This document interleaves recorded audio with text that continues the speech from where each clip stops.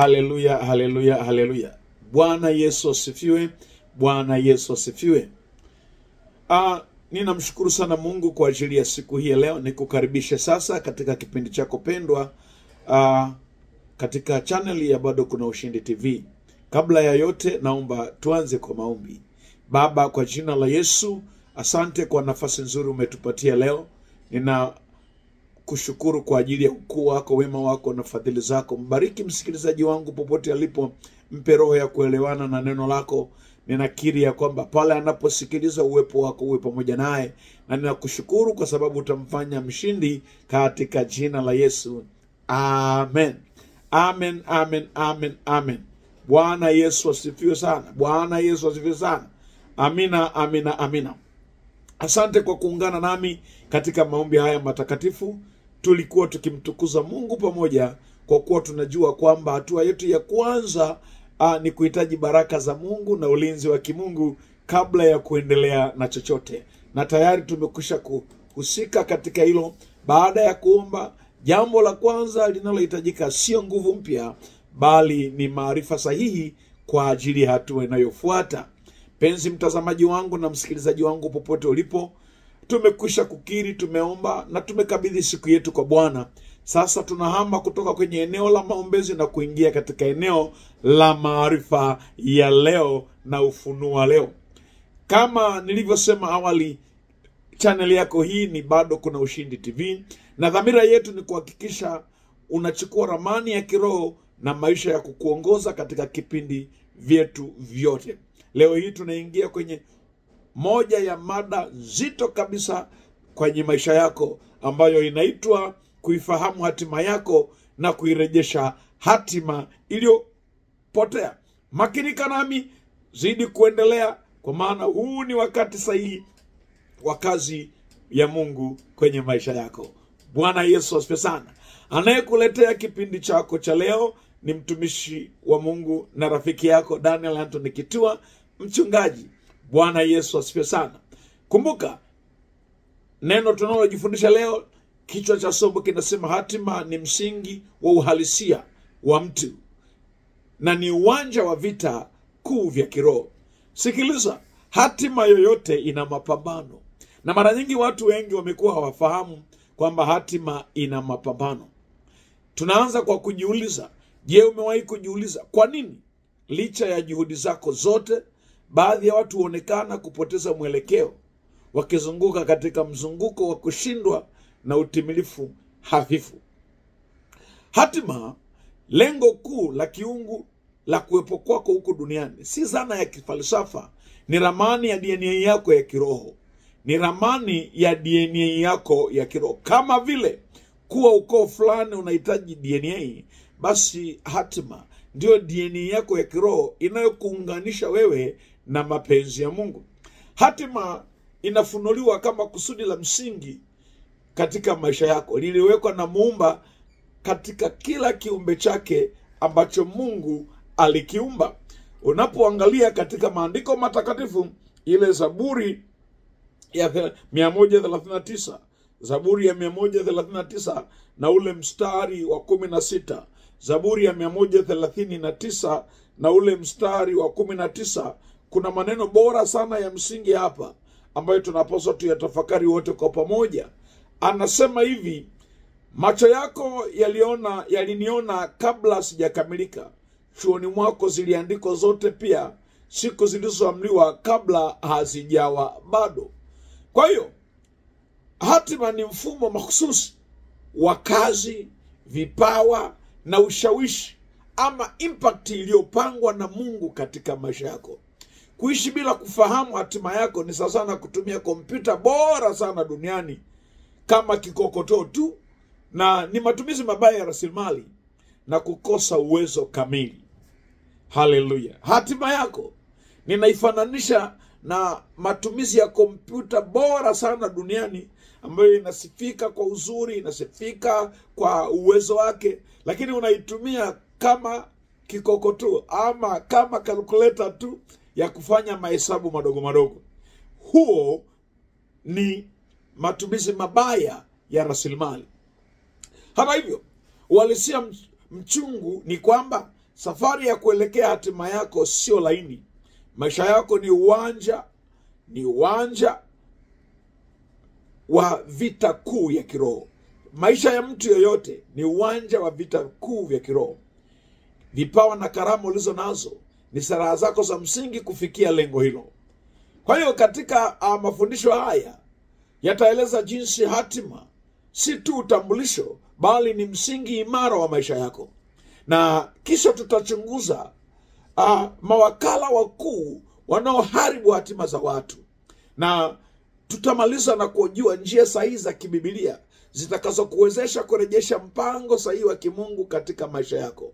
Na hapo ndipo tutakapoingia na kufikia katika ushindi mkubwa wa hatima zetu. Bwana Yesu asifiwe sana. Nisikilize mtu wa Mungu. Hatima ni uhalisia wa kiroho na wito wa kimungu katika maisha yako. Hatima si dhana tu, bali ni uhalisia wa kiroho unaoongoza maisha yetu. Kila mwanadamu anayo hatima. Vipawa tulivyo navyo, karama, ni vyombo muhimu vinavyotuwezesha sisi kufikia kwenye hatima zetu. Lakini hivi vyombo ambavyo ni karama na vipawa vinahitaji kulindwa dhidi ya vita vya kiroho. Kama kuna vita kuu shetani anayoifanya ni kupambana na vipawa vyako na karama zako visiweze kufanya kazi sawasawa, ili kukuzuia usifike kwenye hatima yako. Kushindwa katika vita hivi vinaweza kusababisha maisha duni na kukosa maana. Ni wajibu wetu sasa kutambua, kutumia vipawa vyetu kwa bidii na kushiriki kikamilifu katika vita vya kiroho, ili tuweze kutimiza hatima ambayo Mungu ametukusudia. Maisha Mungu alikusudia tuwe washindi. Ndio maana Yesu akasema sisi ni zaidi ya washindi katika yeye aliyetupenda. Kwa hiyo ushindi unapatikana pale tutakapoelewa hatima yetu, tutakapoelewa kusudi la Mungu katika maisha yetu, na tutakapojua njia sahihi ya kutumia vipawa vyetu kwa ajili ya kushinda vita vya kiroho vinavyozuia sisi tusifike kwenye hatima zetu. Bwana Yesu asifiwe sana. Kwa hiyo hatima inaweza kuelezwa kama kusudi lililokusudiwa na Mungu kwa kila mwanadamu kabla ya kuumbwa. Si tu mfululizo wa matukio yanayotokea kwa bahati mbaya. Hapana, bali hatima ni mpango makususi wenye lengo na mwelekeo. Inajumuisha wito binafsi, inajumuisha majukumu ya kutekelezwa na impact ambayo maisha yetu yanapaswa kuwa nayo katika ulimwengu huu. Biblia katika kitabu kile cha Zaburi ya 139 mstari wa 6 inasema, macho yako yaliniona umbile langu lisilokamilika, na katika kitabu chako yaliandikwa siku zote zilizokuwa zimeamriwa, hata kabla hazijawa bado. Haya maandiko ya Daudi yanathibitisha kuwa hatima ni manifestation, ni udhihirisho wa mpango mkuu wa Mungu katika maisha ya mwanadamu, ambao Mungu aliupanga mwenyewe. Hakusaidiwa na mtu, amepanga mwenyewe, ambayo mimi na wewe tunapaswa tuufikie huo utimilifu. Kwa hiyo hatima inafanya kazi katika maisha ya kila mwanadamu. Kazi ya hatima ni kutoa mwelekeo wa kusudi, ama ni dira ambayo unapaswa uifuate ili kupeleke kule ambako umekusudiwa kufika. Hatima hutuongoza matendo, hutuongoza maamuzi yetu, kama kitabu kile cha Mithali 29 mstari wa 18 inavyosema. Mithali 19 mstari wa 28 inavyosema. Mithali 29 mstari wa 18 inavyosema, pasipo maono watu huacha kujizuia, bali anaheri mtu yule aishikae sheria. Pasipo maono watu huangamia, watu huacha kujizuia. Kwa hiyo bila hatima maisha yetu hayana usukani. Ni sawasawa na gari linalotembea lakini halina usukani. Tukiangalia mfano wa Musa alijua hatima yake ya kuwaongoza wana Israeli. Unaposoma katika kile kitabu cha Kutoka ile sura ya 3 mstari ule wa 10, inasema hivi, haya basi nitakutuma sasa kwa Farao ili upate kuwatoa watu wangu na hao wana wa Israeli katika Misri. Kwa hiyo Musa alijua hatima yake. Mungu alimwambia nini ndiyo hatima yake. Kwa hiyo alipokuwa anaenda kwa Farao, hakuwa anaenda kama kipofu anayepapasa. Alikuwa anajua mwelekeo sahihi wa kule anapokwenda. Jambo la pili, hatima inafunua uwezo na vipawa vilivyo ndani yako. Hatima inatufunulia karama tulizopewa na Mungu, kwani ndio vyombo maalum na maksusi vya kutusaidia na kutuwezesha sisi kufikia na kutimiza hatima zetu. Warumi 11:29 inasema, kwa maana karama ya Mungu na wito wake haviwezi kutenguliwa. Hakuna anayeweza kutengua karama ya Mungu iliyo ndani yako. Imekusudiwa maalum kuwa gari la kukupeleka kwenye hatima yako. Daudi ni mfano uliojitosheleza. Anaonekana alipokuwa mdogo kama mchungaji, lakini hatima yake ya ufalme ilidhihirishwa kupitia kipawa chake cha ujasiri na umakini wa kupiga muziki. Jambo la tatu, hatima inaleta utimilifu wa ndani, kufanya kazi kwa kusudi la kuleta kuridhika na furaha ya kweli katika Kristo Yesu. Yohana 4:34 inasema, chakula changu ni kufanya mapenzi yake aliyonituma nikaimalize kazi. Kwa hiyo Yesu Kristo aliona vitu vyote si chochote, bali kutimiza na kuifikisha kusudi la Mungu lililotumwa na Mungu kuja kulitimiza huko duniani. Jambo la 4, hatima kazi yake ni kuathiri ulimwengu na kufanya mambo yawezekane. Hatima yetu sio kwa ajili yetu wenyewe. Mungu alipotupa hatima, alipotupa vipawa, ni kwa ajili ya watu wengine. Katika Mathayo sura ile ya 5 mstari wa 14 mpaka wa 16 inasema, ninyi ni nuru ya ulimwengu. Hatima hufanya nuru hiyo kuangaza kupitia matendo yetu. Kwa hiyo kile ambacho tulicho nacho tunapokifanya inaonekana kama mwangaza unaowaongoza wengine na kumfahamu Mungu zaidi katika maisha yao. Lakini Paulo ni mfano mwingine wa kuiga. Paulo katika kitabu cha Matendo ya Mitume, Paulo katika kitabu cha Matendo ya Mitume ile sura ya 9 mstari wa 15 anasema maneno haya mazuri sana. Anasema maneno mazuri. Lakini Bwana akamwambia, nenda tu, kwa maana huyu ni chombo kiteule kwangu, alichukua jina langu mbele ya mataifa na ufalme na wafalme na wana wa Israeli. Unaona, hii ni kazi iliyobadilisha historia ya Ukristo. Wakati anaanza kwenda kwenye hatima yake, alionekana kama muuaji, alionekana kama ni mtu anayelitesa kanisa. Hata wanafunzi na mitume wa Yesu Kristo walimuogopa, hawakutaka kusogea naye. Hawakutaka kumsogelea kabisa, walimuona kama kituko, walimuona kama chombo kiovu ambacho kimekusudia kuliharibu kanisa. Lakini Mungu alikuwa na kusudi ndani ya huyu aliyekuwa anaonekana hafai. Na mimi ninajua inawezekana watu wanakudharau, wanakuona hufai, lakini ndani yako kuna kusudi la Mungu, na hilo dunia inalisubiri, na hilo ndilo linaitwa hatima. Hatima yako ambayo imeandikwa na Mungu sio automatiki, inaweza kuvurugwa, inaweza kuahirishwa au hata kuharibiwa kabisa kupitia mawakala wakuu watatu wa uharibifu. Haleluya. Bwana Yesu asifiwe sana. Mawakala wanaoleta uharibifu katika hatima za watu. Wakala wa kwanza anaitwa hofu na kutokujiamini. Hofu na kutokujiamini ni wakala hatari sana anayeharibu maisha ya watu wengi sana, na watu wengi hatima zao zimefichwa au zimeharibika ama zimezuiliwa kwa sababu ya hofu zilizo ndani yao. 20:25 Mathayo inasema, basi nikaogopa, nikaenda nikaificha talanta yako katika ardhi, tazama unayo iliyo yako. Haleluya. Kwa hiyo huyu mtumwa alipewa mtaji, lakini kwa sababu ya hofu akaificha, hakufanya kazi yoyote kuhusiana na talanta hiyo. Lakini jambo la pili, adui wa pili ni kutokutii na uzembe.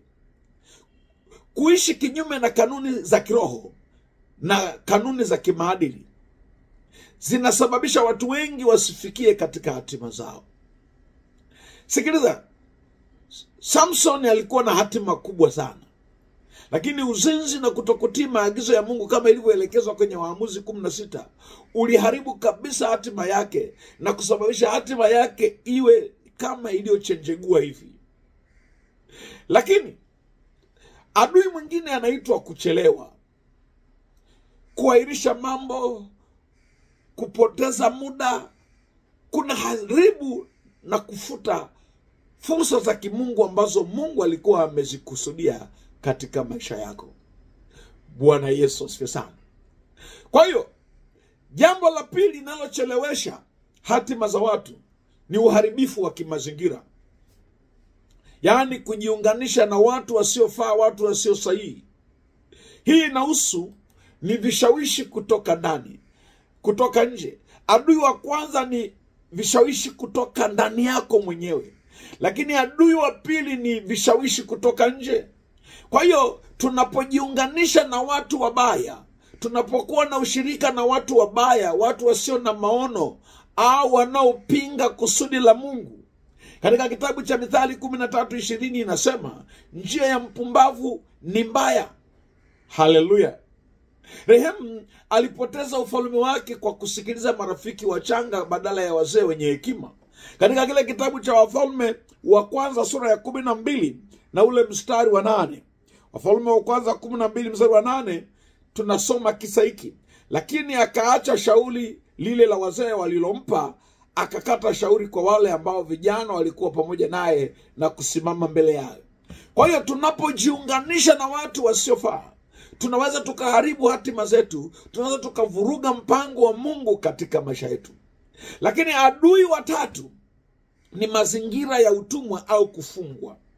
Mazingira ya utumwa yanaweza kumfunga mtu, kumzuia mtu, kuzuia vipawa vyake. Kwa mfano, wana wa Israeli walikosa kutimiza hatima ya kuingia Kanaani kwa muda uliokusudia, na walikaa utumwani miaka 430. Na hata hivyo walitembea kwa miguu miaka 40. Walichelewa kufikia hatima zao kwa sababu ya mambo ambayo walipaswa kuyaacha. Bwana Yesu asifiwe sana. Haleluya. Na haya mambo, kwa mfano, ndio shambulio la moja kwa moja linalokuzuia usifike kwenye hatima yako. Uchawi na misingi mibaya. Familia na misingi yenye ukoo wenye mapepo inaweza kutuweka katika vifungo vya kiroho vinavyozuia sisi kufikia maendeleo tuliyokusudiwa, tukapita katika shida za kurithi, mateso na mahangaiko mbalimbali, kwa sababu tulizaliwa na tukashiriki katika familia ambazo zina mazingira ya kiushirikina na uchawi. Lakini jambo la pili, roho za kuzuia au zinazovuruga. Kwa mfano, roho ya Yezebeli na Delila. Roho hizi hazifanyi kazi kwa kuvuruga uhusiano muhimu au kuiba maono ya mtu, bali vile shetani anavyojaribu kuiba neno la Mungu ndani yako. Hizi roho zinafanya kwa ujanja sana kukuiba wewe. Zinachukua lile neno ambalo Mungu amelisema kwako, na kwa ujanja sana wanakupoteza pasipo wewe kukusudia. Katika Luka sura ile ya 8 mstari ule wa 12 anasema maneno haya: wale wa karibu na njia ndio wasikiao, kisha huja Ibilisi akaliondoa lile neno mioyoni mwao, wasije wakaamini na kuokoa. Kazi ya hawa wakina Delila na Yezebeli ni kuondoa lile neno lililopandwa. Linafananishwa na mbegu iliyopandwa kwenye njia, mahali ambapo kweli inaonekana, lakini ndege wanakuja kulichukua lile neno, na matokeo yake watu wanaingia katika hali mbaya sana. Wanaingia katika hali ya sintofahamu, hali ya kuchanganyikiwa, na hali ya kutokufikia kwenye malengo yao. Kama vile ambavyo Samsoni aliibiwa hatima yake, Ahabu aliibiwa hatima yake na akaishi maisha mabaya kabisa. Sasa jambo la msingi ambalo ninaamini kwamba tunaweza ukalisikiliza kwa makini, hatima yako iliyopotezwa ama iliyoibiwa ama iliyofukiwa inaweza kurejeshwa na kwa njia sahihi za kibiblia.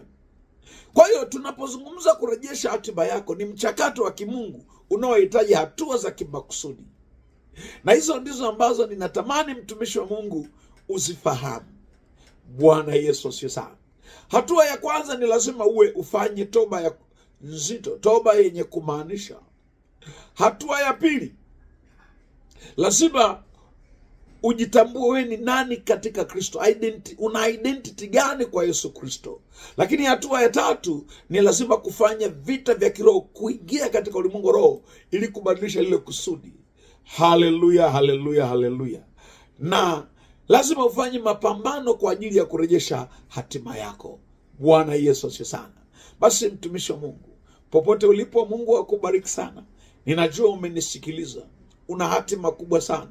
Lakini ninashangaa jinsi ambavyo adui ameiharibu na kuivuruga hatima yako.